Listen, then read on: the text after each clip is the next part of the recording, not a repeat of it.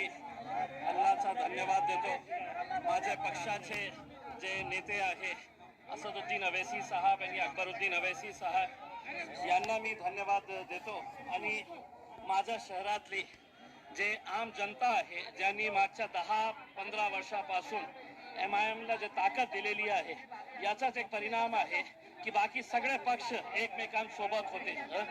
आणि हे जे आमच्या विरोधातले लोक होते त्यांना एक मोठा फटका या शहरातली जनताने दिलेला आहे. मागच्या वेळी आम्हाला 25 जागा आम्ही जिंकलो होतो, यावेळी 33 जागा आम्ही जिंकलेले आहे. तर मी सगळ्या लोकांचा धन्यवाद देतो. नंबर 2चा पक्ष तुम्ही छत्रपती संभाजीनगर मध्ये राहिला आहात.